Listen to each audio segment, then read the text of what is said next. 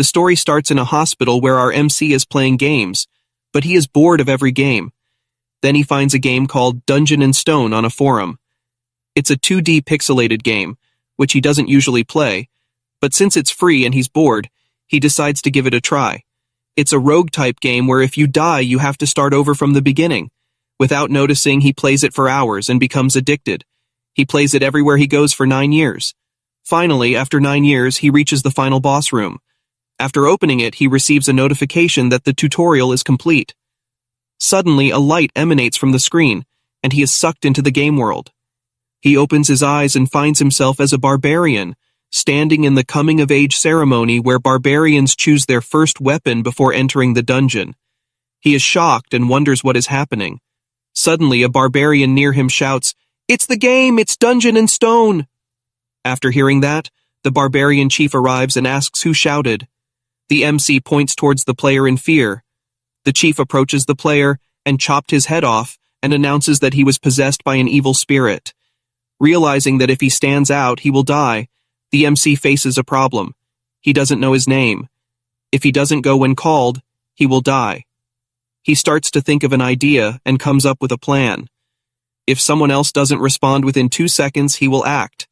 After some time, a name is called and no one responds. So he goes up on the stage and luckily he gets it right. It was his name. Finally, he discovers his name is Andel's son, Bjorn. With his years of experience playing the game, he chooses a shield as his first weapon because it offers the most survivability.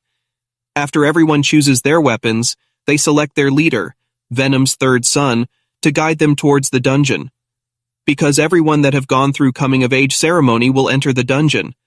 However, after some time they get lost on their way. They decide to choose another leader, Feneline's second daughter Aner, but even she gets lost.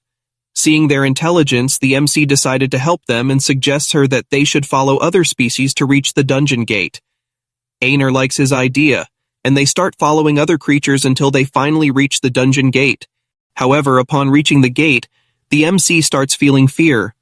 But he have no choice but to go inside because all the citizens of the city need to pay taxes starting from the age of 20, and failure to do so results in execution.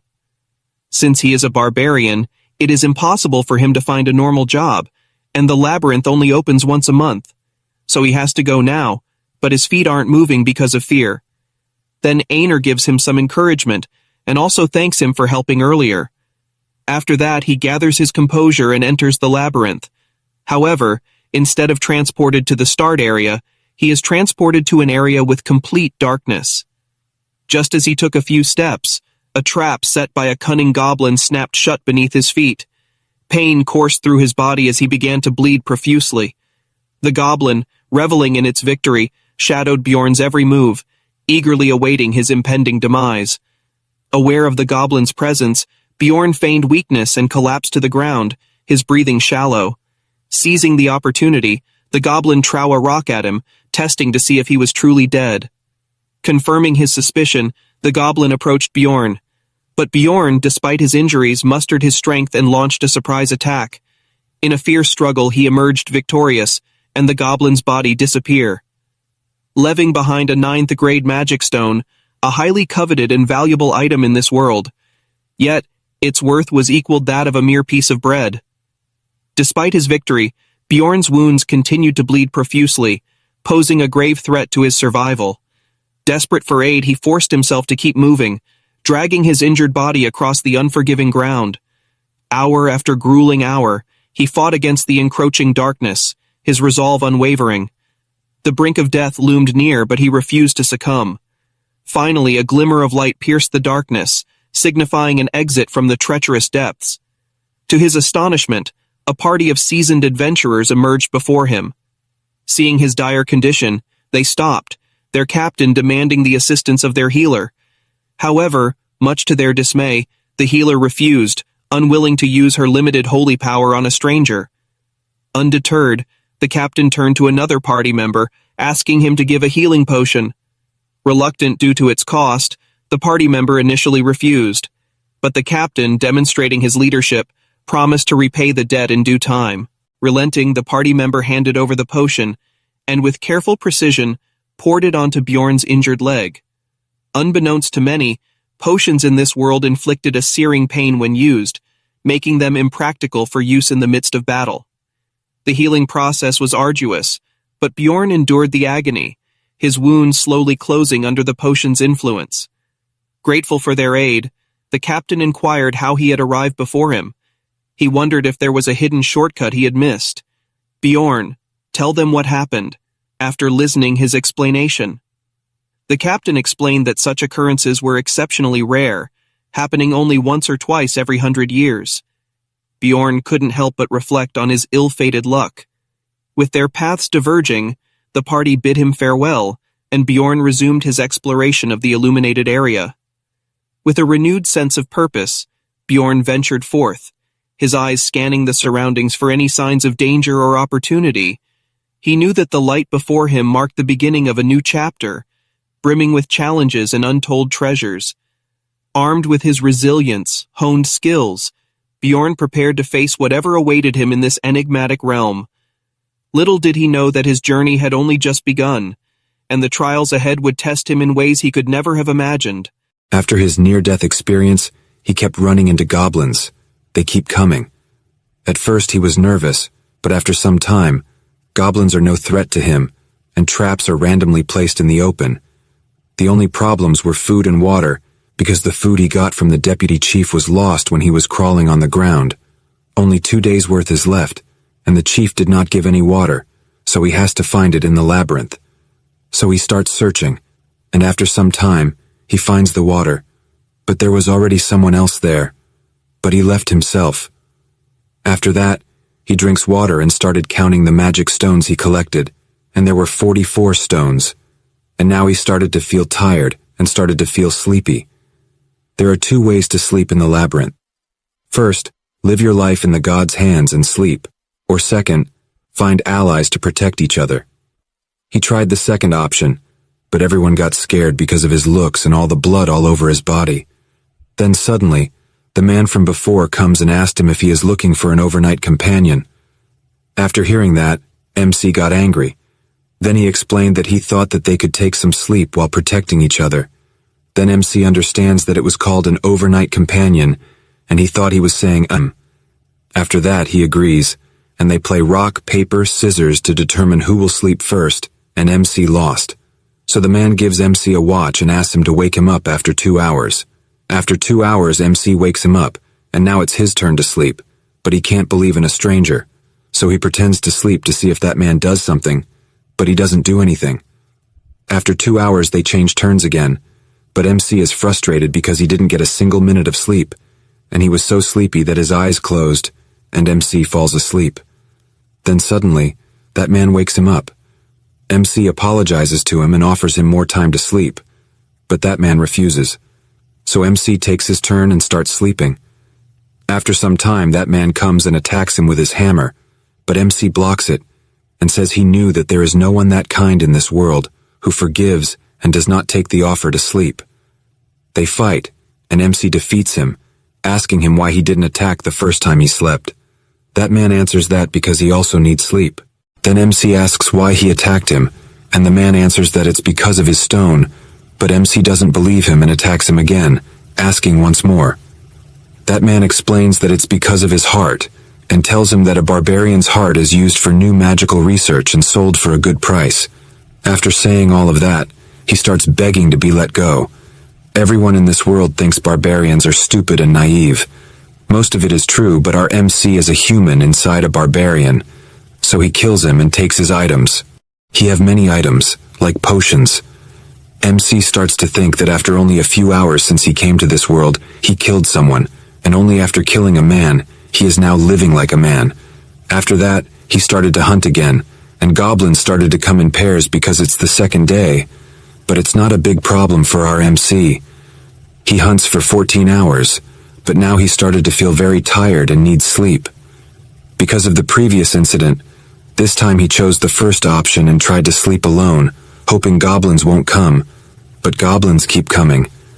After some time, he just closed his eyes, but a goblin attacked him and just missed MC's neck because of height. After that, MC becomes frustrated and decided to find another barbarian, but instead, He meets many humans this time who want to become his overnight companion, maybe because this time he is looking good and didn't cover in blood. But he refused them all and told them that he is looking for another barbarian. Then one man tells him that it's going to be hard to find because most of the barbarians quickly go up to the second floor. Then MC realizes that it would be embarrassing for someone of their build to struggle on the first floor. So he starts to look for any race other than human to become an overnight companion, because every race has a special trait other than human. After some time of searching, he finds an elf. She was injured and afraid. Then MC goes there, and she instantly starts to beg him to let her live. Then MC tries to comfort her, but she gets more scared and says that even if he is a barbarian, let her live just once because she has a younger brother to take care of. Then MC starts to think about what barbarians do.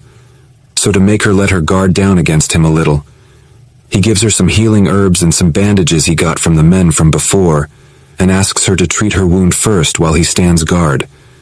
After she finishes treatment, he introduces himself, and she also tells her name, Erwin. Then he asks her why she is so afraid of him. She tells him that he is a barbarian, and barbarians and elves had a very big war in the past, and now they are hostile towards each other. She says she doesn't care about this, and asks him to let her go. MC didn't know about it. All he knows is that elves and barbarians have a good relationship, so he does not know which timeline this is compared to the game he plays. Then he tells her that he also doesn't care about it, and asks her to become his overnight companion. I know it sounds weird.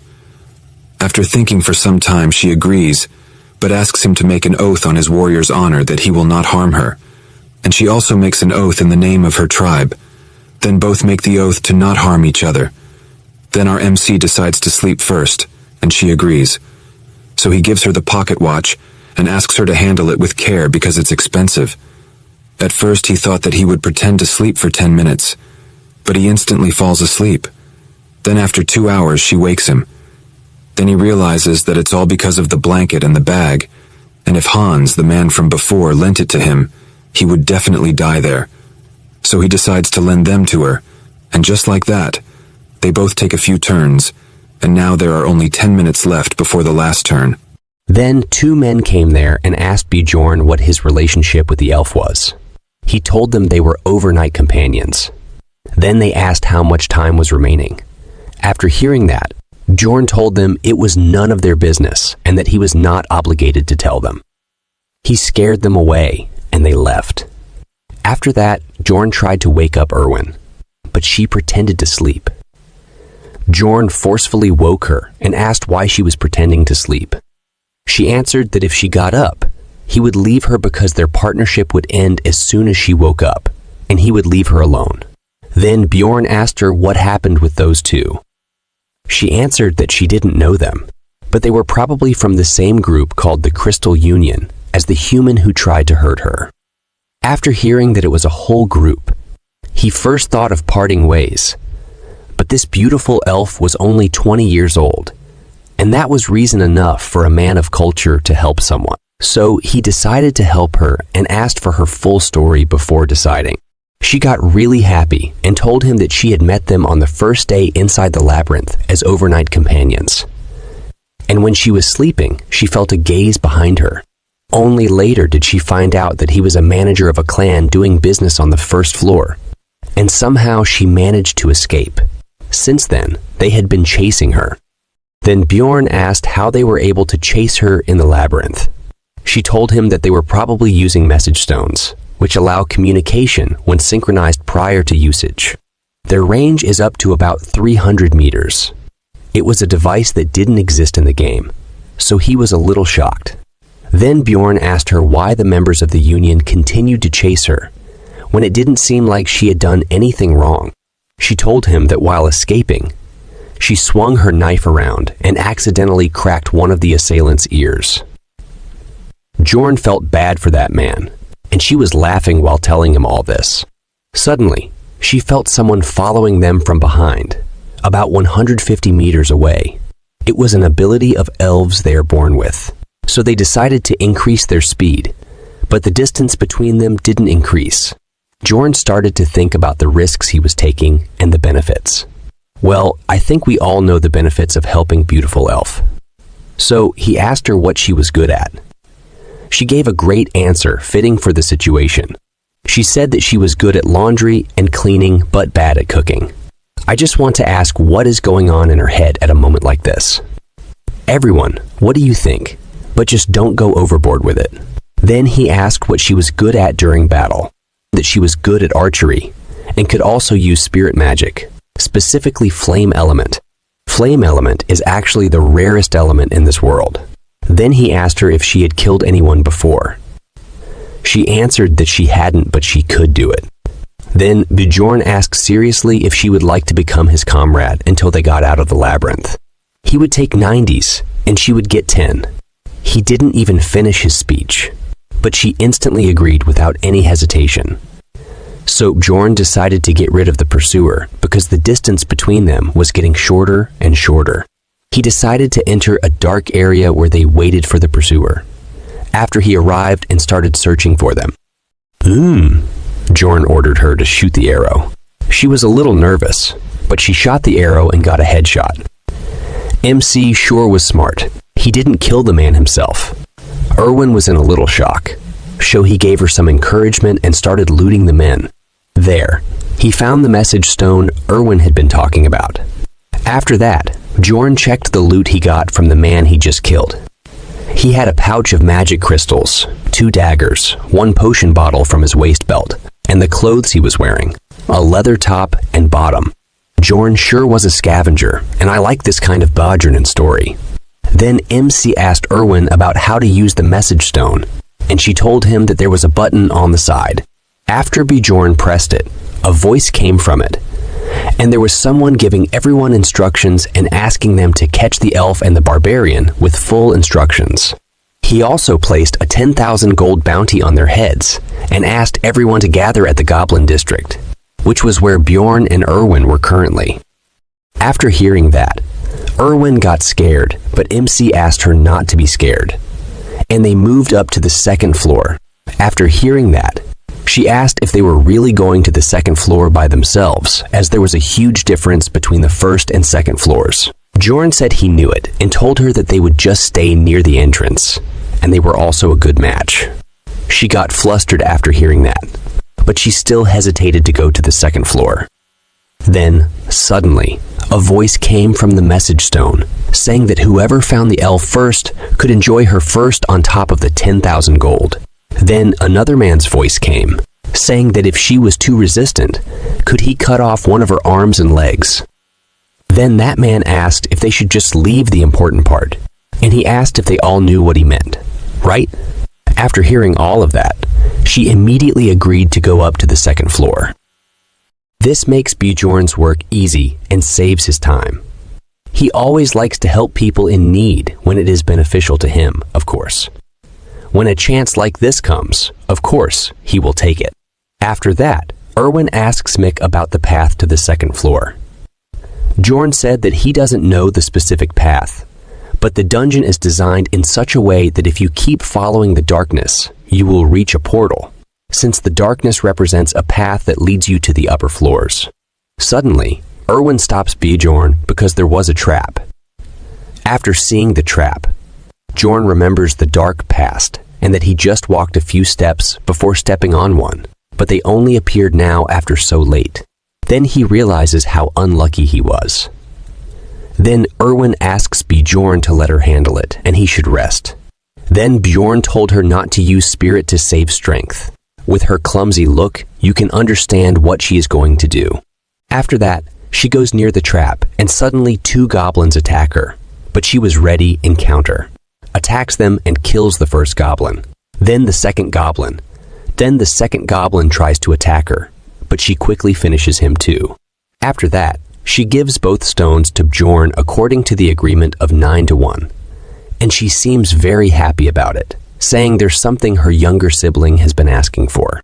And if they keep progressing like this, she can earn a little bit too, right?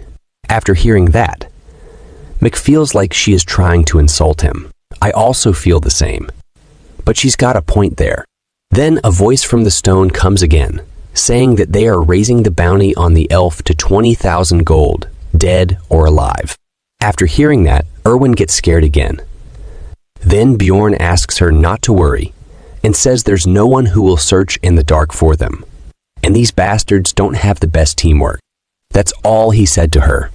But inside his mind, he was thinking that it's suspicious, that all things are going too well.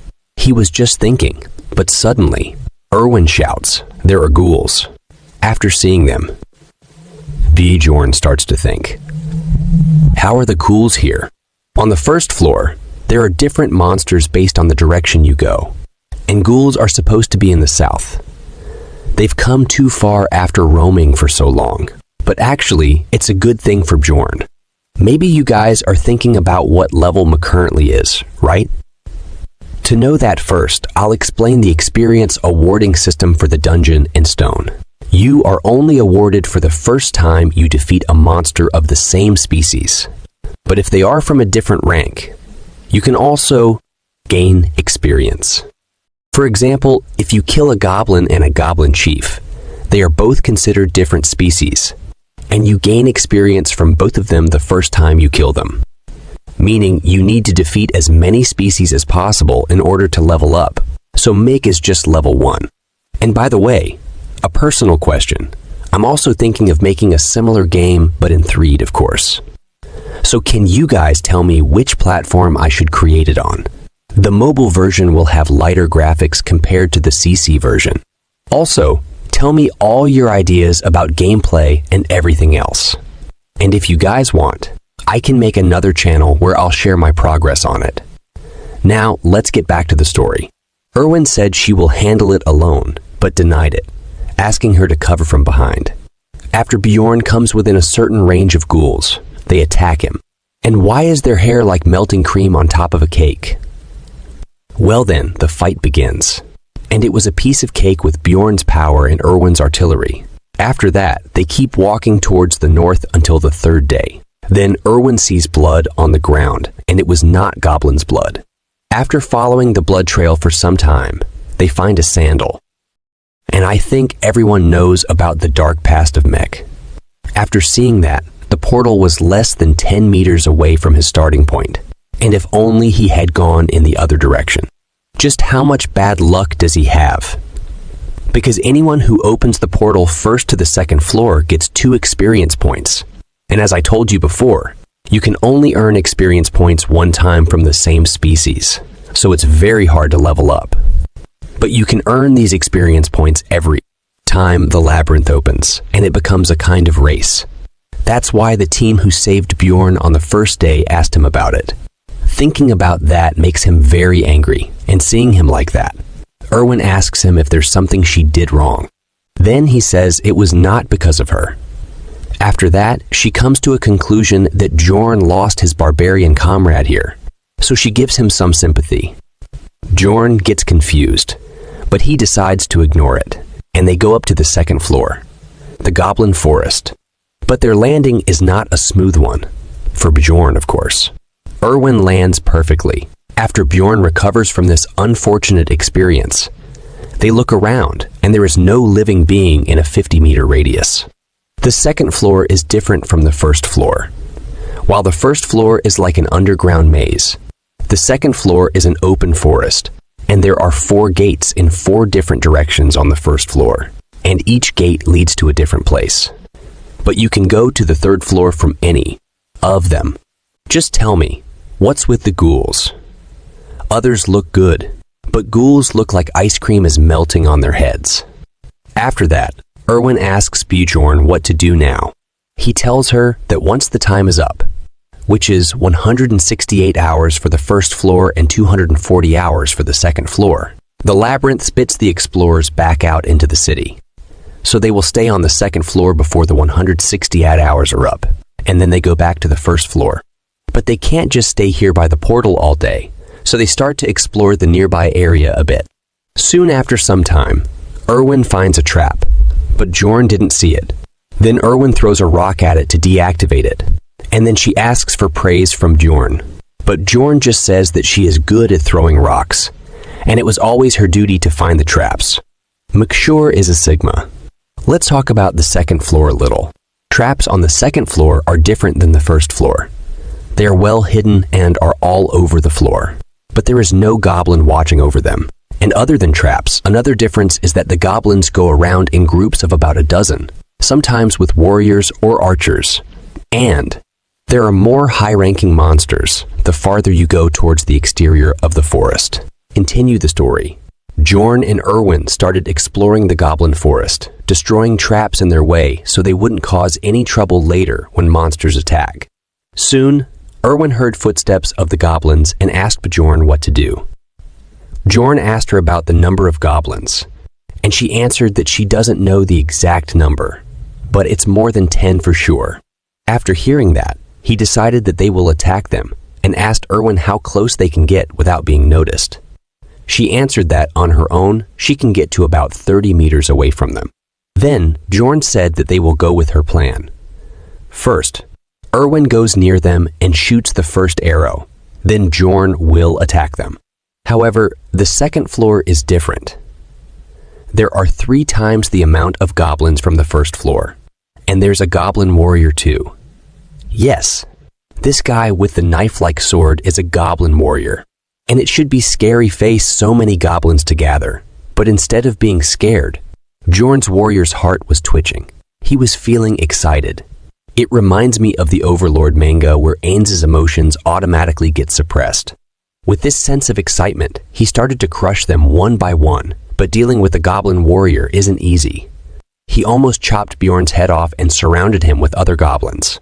The situation became quite threatening, and he might also get injured, but that's if he was alone, of course. But with a trusted partner like Erwin, his back is covered, and he quickly finished them all.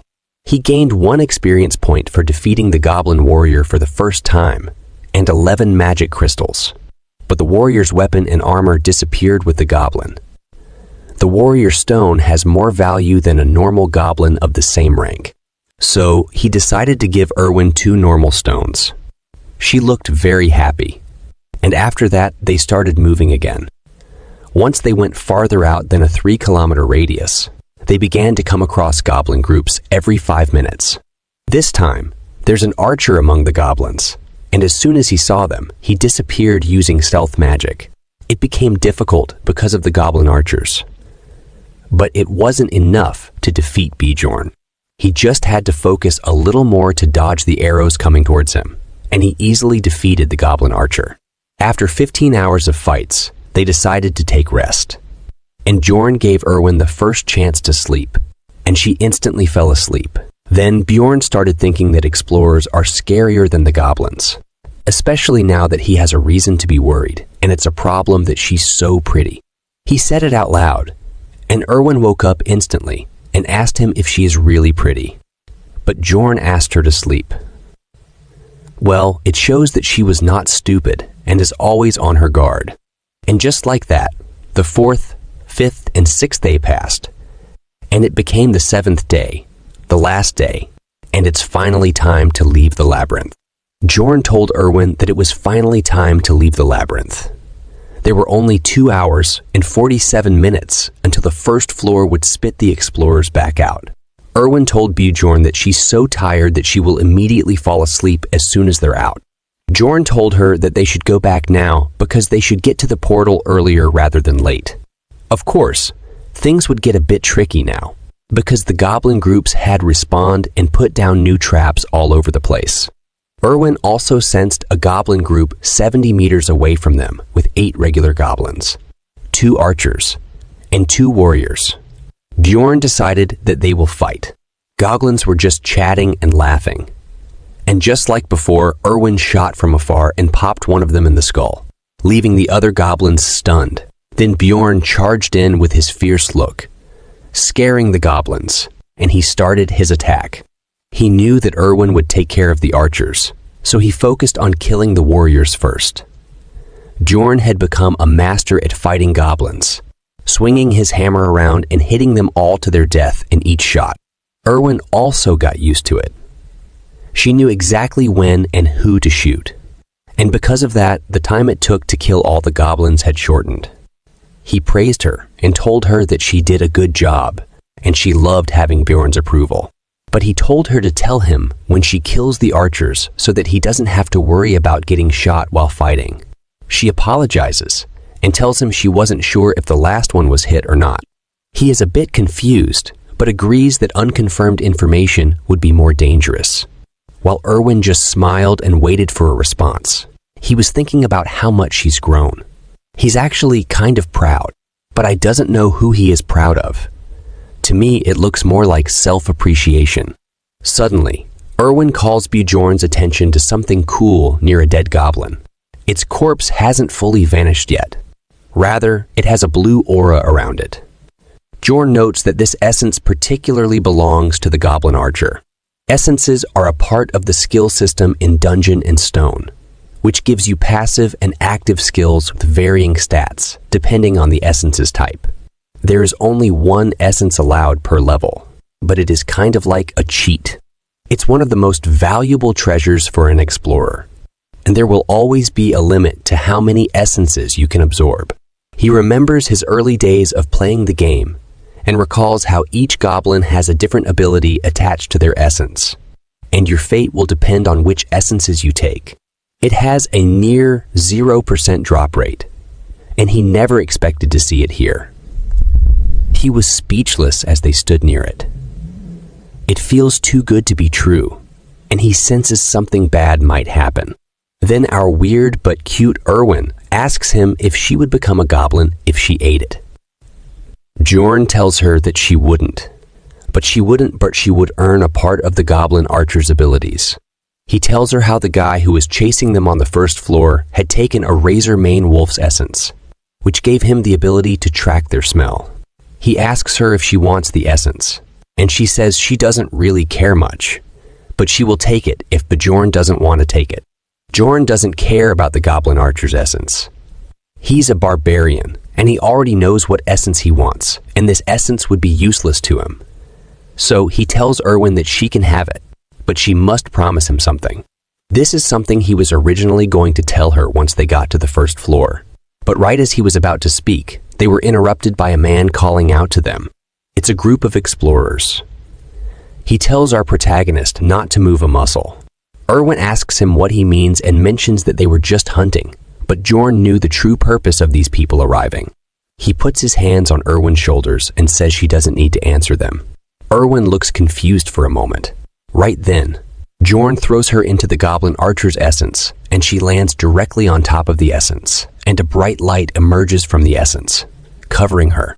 The man, who looks like he's from Naruto anime, starts screaming out of rage because Erwin ate the essence and is now fusing with it. He claims that the essence belonged to them. Erwin stands up and leans her back against Bjorn, thanking him for the essence. Bjorn knew that he would eventually run into people like these. People who wait until they see an opportunity to grab something from unsuspecting explorers. However, they couldn't do anything about it now that Erwin had absorbed it, and it was gone forever. Bjorn took a step forward and told them to come at them if they wanted a fight. He was confident, showing no fear as he looked towards them. He knew they were at a numerical disadvantage, so they needed to show confidence and boldness. That group started getting nervous, looking at the oversized barbarian with his hammer in his hand. He sure was intimidating. He told them he was ready for a fight if they wanted one, but if they were scared, they could back off. It looks like we are going to see some real fight very soon. But for now, we have to wait because that group decided to go from there. But before they left with a warning to Bjorn that they will come. After that, Bjorn and Erwin start running towards the portal, and Bjorn tells Erwin not to stop until she reaches the portal. She runs at the fastest speed she can while asking Bjorn if the four from earlier are gone, or whether they'd chase them. Bjorn remembers how they threatened him that he would get revenge for the essence, and even if they didn't follow them, they would probably end up in the same place, which confuses Erwin. Bjorn tells her that they were a party of 4, which is a good number for a second-floor raid. But they were loitering around the entrance, which means they were planning to go back to the first floor and leave the labyrinth, just like them. They were doing the same thing as them, and Erwin appreciates Bjorn's ability to think critically. Well, for others, he is a barbarian after all. As they run, Erwin senses a group of goblins 50 meters away from their location, and Bjorn says that they will avoid them. However, Erwin tells Bjorn that they can't run because the goblins are coming towards them. Bjorn is shocked to hear this, because the goblins hadn't found them once during the past few days. So how did they find them now? He wondered if this was a coincidence. So they decided to go in the opposite direction. As Bjorn made a quick turn, Erwin was agreeing with him, but suddenly an arrow comes flying towards her. Bjorn grabbed her by the shirt and pulled her backward, but the arrow wasn't from a goblin archer. She says she was going to dodge it herself, and Bjorn says that it's the guys from earlier who shot at them. He tells Erwin that they lured the goblins to their location, and they're waiting on the opposite side. They were planning to tire them out with goblins, and now they had no choice but to fight. He told Erwin to use her powers. She is confused as to what powers he means, and he tells her to use the essence's power that she had acquired by eating the goblin archer's essence. You see, every essence has its own special ability, and since Erwin had absorbed the goblin archer's essence, it would give her special powers. It would increase Erwin's stats in many ways, as you can see on the stat window. Alongside that, it adds a passive and active skill, which can be quite useful in situations like this. She had gotten a passive skill that made all her arrows poisonous, while also giving her an active skill that made her stealthy. Erwin tells him that she doesn't know how to use it, and he just looks at her and tells her that it's already working. Erwin begins to glow blue with the essence surging through her body. She can finally feel the powers of the goblin archer. Her active skill thief step was now in use. Bjorn looked at her and wondered whether the skills work just by willing them, or did they need to say something to trigger it. Meanwhile, Erwin is just enthralled by her new powers. He hands her his bag, telling her to keep it safe. He was going to handle the goblins on his own, and she can look for the guy with the crossbow. Erwin is worried for Bjorn because it would be too dangerous on his own. However, he doesn't care at the moment. He tells her that there is no time to think. He tells her to stay hidden, and when he gives the signal, she must kill the guy with the crossbow. There would only be one shot. After that, he runs into the forest towards the goblins without even telling her what the signal would be. After some time, he stops, because goblins were surrounding him from the left while rushing into the goblins headfirst. Bjorn notices how those guys haven't shown themselves since they shot at them with a crossbow. Early on, he assumed that they would show themselves once he killed all of the goblins, and he began the killing spree. Blood splatters were everywhere as Bjorn was killing the group of goblins. There were a dozen of them. 2 of the goblins were swordsmen or warriors, but there were no arrows flying towards him. There were probably no archers, or so he thought. But an arrow comes flying his way, so he blocked it with his shield, and he now knows there were archers too. Then he felt something pierce his back. It was a goblin with a dagger who stabbed him from behind. He threw the goblin off and bashed its head in with his shield. He was fighting the goblins to the best of his abilities. But he also remembered the crossbow guy was there too, and he didn't have Erwin to help him this time. The injuries were piling up as they were cutting Bjorn up. It was looking like the attack on Titans. But he didn't let up though, as he slammed his hammer onto the goblins and killed them all. They turned into smoke, and he realized that things were getting a bit too dangerous for him. Suddenly, 2 arrows shot in his direction at once. He had to dodge them, but he realized that they were both different markings. One belonged to a goblin archer, and the other arrow was from the crossbow guy. It was impossible to block both arrows, and now he had to pick and choose which arrow would be more dangerous to get hit with. So he decided to block the crossbow bolt, and as he blocked it, the goblin arrow had pierced through his elbow because he simply couldn't have blocked shots from both sides. His arm was wounded and bleeding, not to mention the goblin arrows seemed to have been poisoned.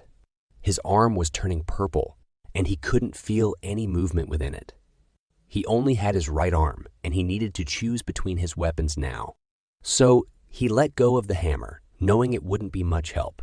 He pulled the arrow out of his elbow and chose the shield. It was his original weapon. He knew that the real enemy was that group of scums. If it weren't for them, the goblins wouldn't have been much of a threat to him. He could easily kill goblins with the hammer, but the shield was necessary to protect himself from those crossbow bolts. Bjorn kept slamming into them with his shield. He was flinging them around like they were nothing, sending them flying far away with each hit. But it was not enough. Eventually, he had enough, and he got angry. As he gave the goblins an angry look, the remaining goblins began to run away. As they ran away, Bjorn had one slight moment of rest. He managed to hold on long enough, and he knew he didn't have to chase them down. The group started to emerge from the bushes.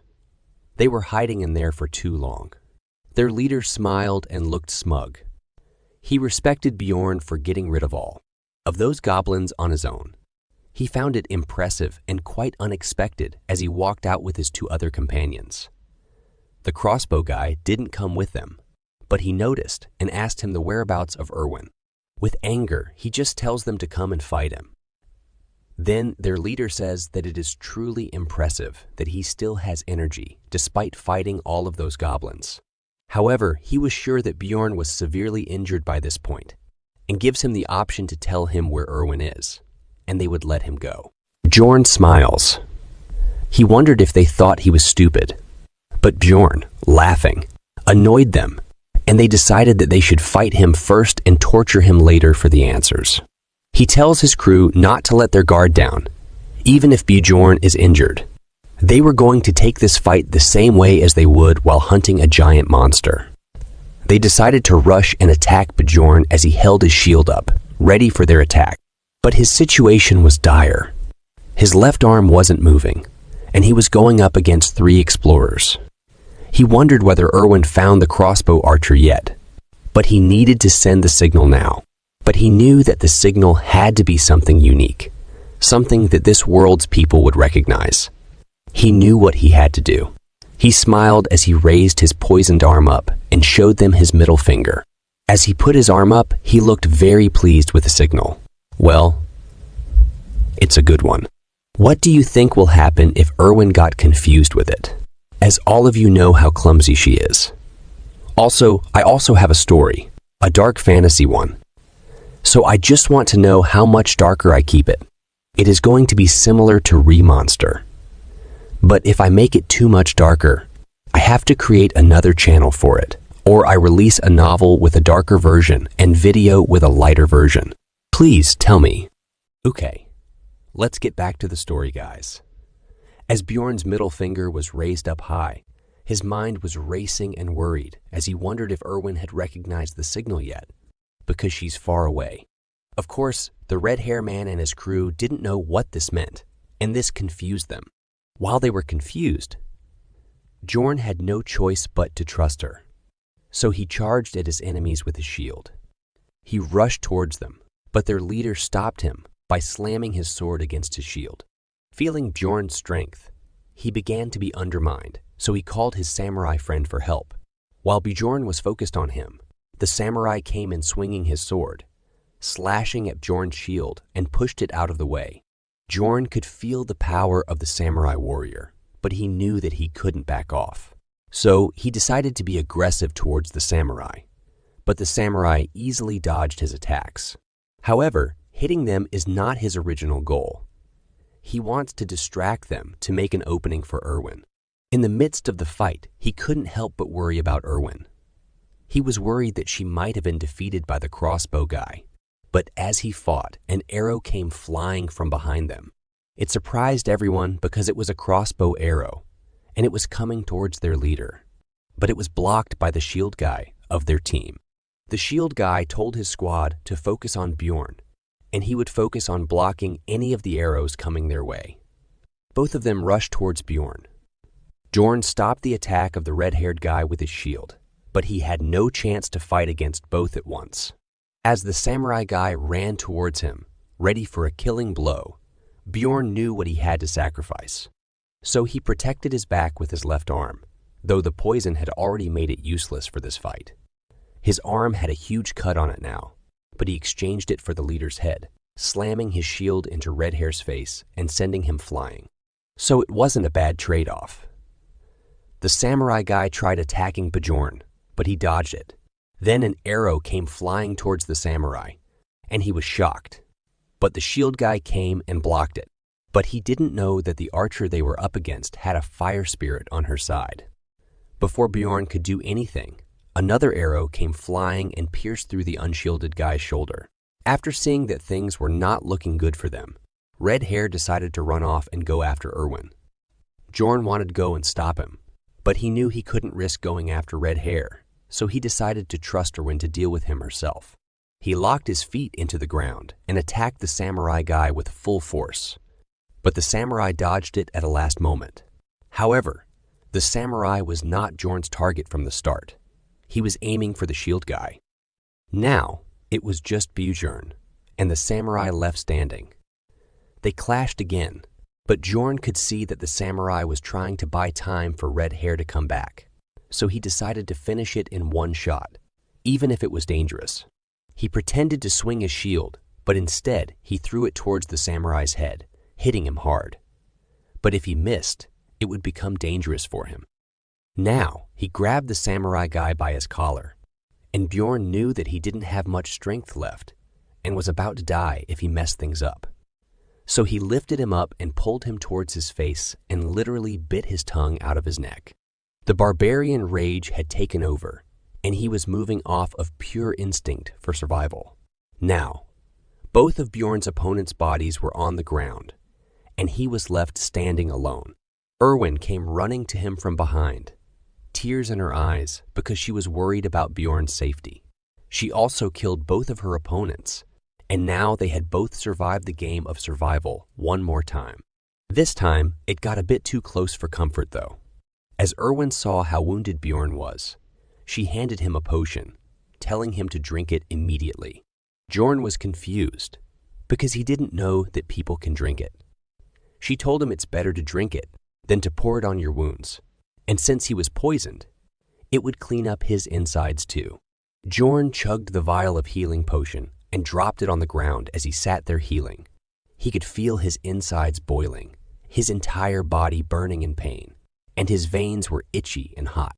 That's the reason why people pour it on the wound instead of drinking it, even if it has more benefits. While Bjorn was healing, Erwin was next to him, encouraging him. Then he asked her how much time was left. Erwin checked their watch and told him that it was 11:20, which meant that they had 40 minutes until the first floor closed. They did not have any time to rest despite the fight. Then Bjorn asked her to strip, and she had a regular reaction for her standard akos. She was thinking that he was doing it so suddenly, so he must have a reason for it, and she started taking her top off. Or I was just thinking too much. She is the same Erwin we know. Then Bjorn asked what she was doing, and told her that he meant stripping the bodies of the dead guys for items and resources. But now that they had only 40 minutes, Bjorn decided to just take their equipment, magic crystals and backpacks. They didn't have time for other things. So Erwin went to get Red Hair and Crossbow Guy's things too. They had only 34 minutes left when Erwin came back with all the stuff. After that, they ran through the forest at top speed. There was only 1 minute left, but they got to the portal of the first floor, and then they jumped into the portal. They managed to come back to the first floor in time. Erwin rejoiced in their success. She had lots of fun. Meanwhile, Bjorn still wondered how she managed to land perfectly every time. She told Bjorn that he did a great job. Then he told her that she did a great job too. Then she leaned in close to Bjorn, asking him what he wanted to say earlier before. But there were less than 10 seconds left before the labyrinth closed.